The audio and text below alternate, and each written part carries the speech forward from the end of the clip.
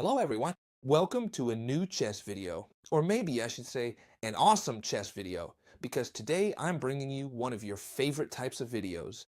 I'm going to show you how to beat your chess opponents really quickly. And I'm not going to show you tricks that don't work or anything like that. Quite the opposite. I've picked the most successful traps in the world, the ones that more than 2 million people fall for, and I'm going to teach them to you. Why? Because it's proven.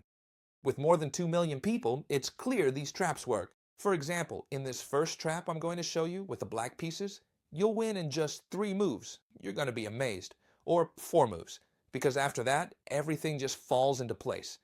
You only need to memorize the first 4 moves, and you'll see that you'll win a lot of games quickly. It happens in the double king's pawn opening. When they play knight to f3, look, it's the most natural thing in the world. They attack your pawn, and you defend with your knight. And they play bishop to c4. Well, on the next move, you're already going to pull off the trap. Today, I have to be honest with you, dear followers.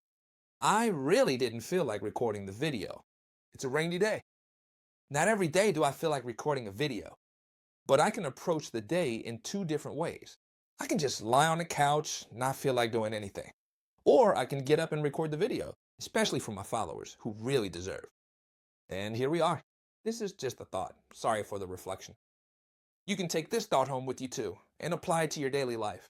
On those days when you don't feel like going to the gym or doing anything, just get up. You have the power in your hands to make the day much better than you expect. And right now, I'm really glad I made this decision.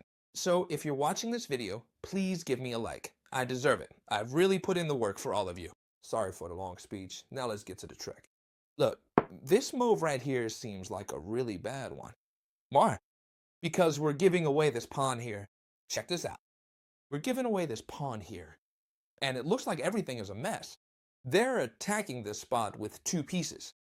We're down a super important pawn. This knight is left really awkward in the center of the board, undefended. It seems like everything is lost. However, if they take this pawn here for free, they've already lost the game. Just like you heard. The correct move here is to bring the queen over to make this attack here and this attack here. The white pieces will say, well, I don't care at all. You haven't stopped me from doing anything. I can keep winning the game. Defended by the bishop, I'm attacking your rook and I'm also attacking your queen. And this is where we first play queen takes pawn, a brutal move worthy of a double exclamation mark. We attack the rook. First, they can't take here because we would capture with check. And it wouldn't just be check, it would actually end up being checkmate. So they can't capture this rook here. Instead, what they have to do is defend this only rook first by coming here. And now, all we have to do is play queen takes pawn, check. They have to block. If they block with the queen, thank you, because they're just giving it to us. And if they block with the bishop, notice that the king is trapped by its own pieces. We're going to deliver this beautiful checkmate with a knight. This bishop can't capture it because it's pinned by the queen. So when you play e5, knight to f3, knight to c6, and bishop to c4, remember that the trap is knight to d4. Very important, they only fall for the trap if they take the free pawn, okay? If they take the free pawn, then they've fallen into the trap. We bring the queen precisely to g5, attacking the knight and the square. So yes, they've fallen into the trap. But there is a way to escape this trap, obviously. Otherwise, everyone would lose every game in the world. It only works when they capture the free pawn. Do you know how I learned about this trap? It was spectacular. My chess coach pulled it on me when I was playing in my country's championship, when I was 8 years old. I thought I was king of the world because I was beating all the other kids. And then my coach comes along and bam! And I thought, I can't believe I'm about to beat my coach. He just hung a pawn. And then my coach goes, wham! And then he told me, not everything that glitters is gold. And from then on, I started to focus a bit more. And he showed me that the right move was knight takes knight, If we play knight takes knight, it's true that we can play it without any problem with the black pieces. We just recapture here. However, the trap hasn't worked. We no longer have that advantage. So if someone tries this trap on you, it's important. If someone tries this trap on you, don't take this pawn. Take the knight instead. Or if you want, you can also play c3, which is a super useful move.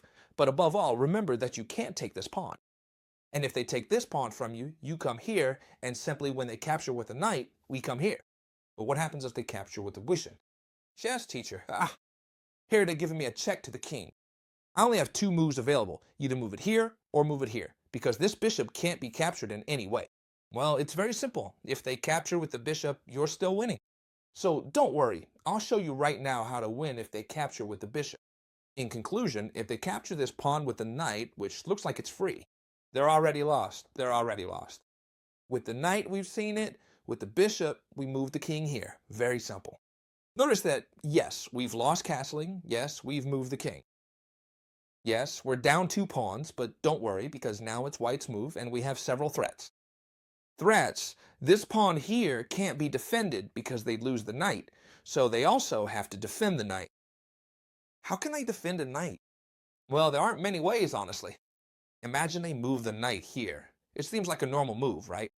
So we would come in through here and not only attack the rook, but when it moves, we would capture the knight since there are 2 pieces attacking it. So in conclusion, they can't move the knight back. They can't move the knight back. If the knight comes from the other side, it's basically the same thing. And it's even worse because we'd almost have checkmate, right? We capture here, they'd have to move the rook, then we give this check, and the same thing as before would happen. It would be checkmate in just a few moves.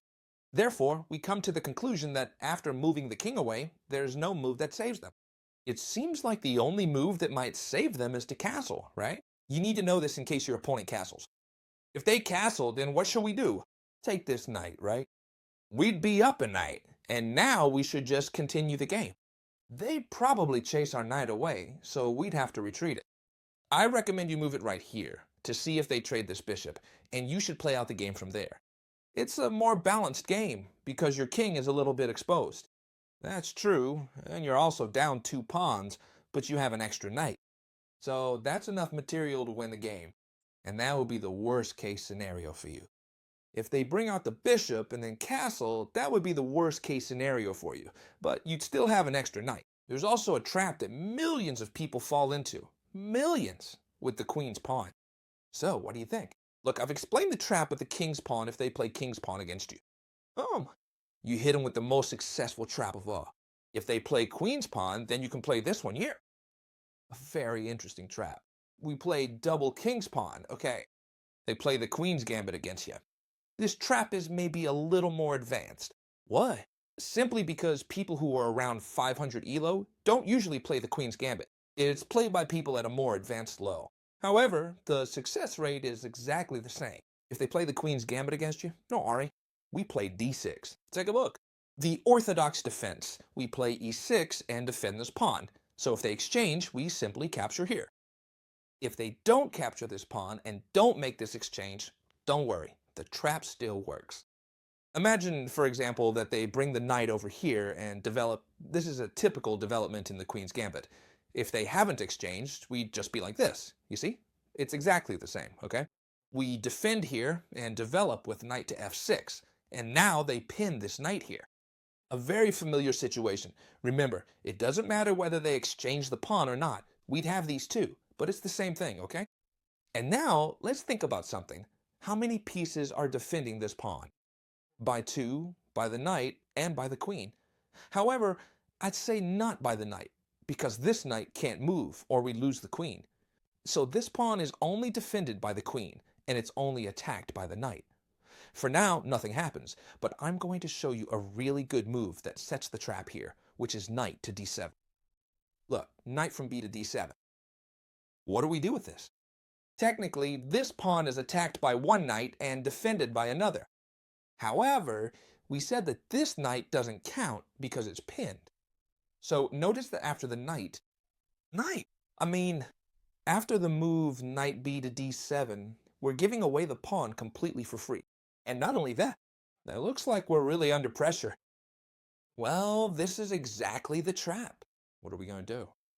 Capture this knight with our knight. We really don't care if they take our queen. We have an extra piece.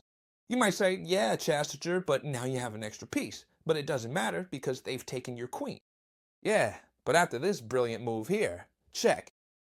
Notice that the king can't go anywhere, not even here. The only piece that can get between the king and the bishop is the queen. And now, look, you've also won the queen. And what we're going to do next is this. Instead of capturing directly, which would be a good move, an even better one is to capture the bishop with the king. Notice that we've captured two pieces, right? And they got the queen. It's important to keep track because if you don't, you might find tricks where you win the queen but end up losing, okay? We're up by two pieces now. Whether they capture the bishop or let it be captured, it's the same because they've taken one piece and we recapture the queen. Conclusion: we've captured two pieces, the knight and the bishop, and they've only taken one, the bishop. We end up with an extra piece, and on top of that, we're attacking this fork between the king and the rook. So if they try to defend, we could even keep capturing here. In other words, this trap is wonderful. Now watch out, these two traps are absolutely spectacular and catch a ton of people. But there are still even more spectacular traps, like the one I'm about to show you right now. It's going to give you goosebumps. No.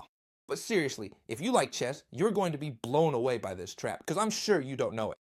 And it's to win in just a few moves. You'll be amazed, just a few, against the London system.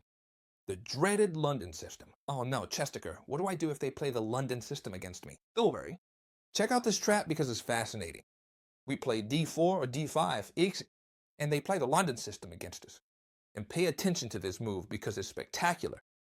When they play bishop to f4, we already know what they're trying to do. The London system, e3, knight to f3, and all the usual London system stuff. So when they play bishop to f4, we already know what they're aiming for. And that's when we throw the massive spear that's going to give you goosebumps. h5. High five. If they stick to their London system plan with e3, they've lost the bishop. How about that? They've lost the bishop. Yes, sir. Absolutely impressive. With which move did they lose the bishop? With the move e5. It's an absolutely spectacular move, and I'm going to explain how to capture that bishop no matter what they do. First of all, if they retreat the bishop, it's simple, right? We come here and we've already captured the bishop. Well, they could capture here, but first we chase it away with f6. They only have this square, and now they don't have any left. Right? More options. If after playing e5 they capture here, it's very easy. Same thing. f6, then here, and then here. Notice that there's no way to save this bishop. And I'll tell you even more. What happens if they capture with the pawn? Well, exactly the same thing happens. Thanks to the queen aiming here, we trap this bishop that can't get out and has to go back. And we just advance with the pawn chain.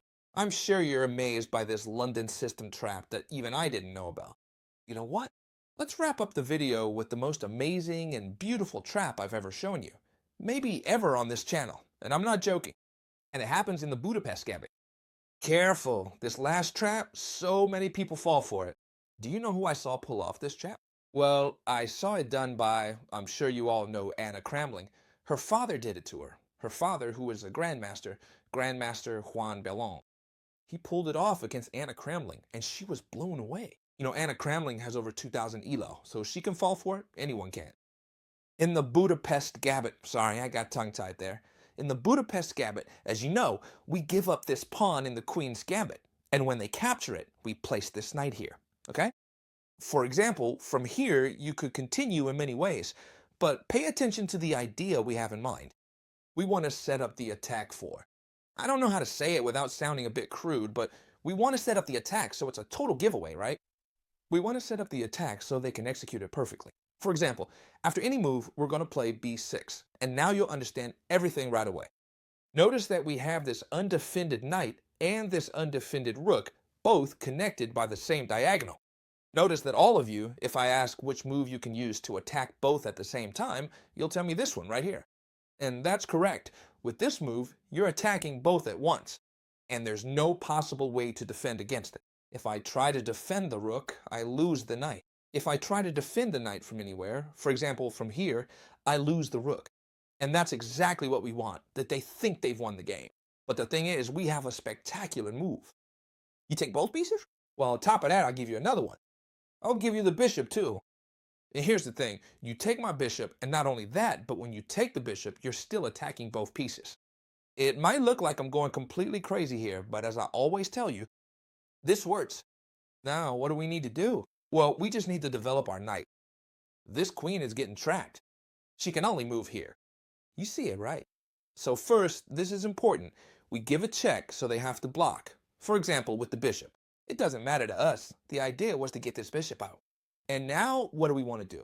Well, it's simple. We just want to trap the queen. This knight jumps back. Look at that, okay? We attack the queen. Where can this queen go? She only has one square. This one here, and notice that things are looking really bad for the white pieces now. We push this pawn, and the queen is completely trapped because she can't capture anything. This bishop is defended by the knight. It was very important to give this check first to properly trap the queen and make sure she doesn't escape. Check out these spectacular traps, all based on statistics. A ton of people fall for these traps. This one is the most spectacular. And it's true, the one that catches the fewest people. But all of them are absolutely incredible. Please give me a big like because honestly, I didn't feel like recording. I really wasn't in the mood. But I put in the effort so you can have a spectacular and really beautiful video today on the channel. So you guys are the best community in the world. I have to say it. You already know it. Give me a big like, leave me a great comment, and I'll see you in the next video, friends. Goodbye.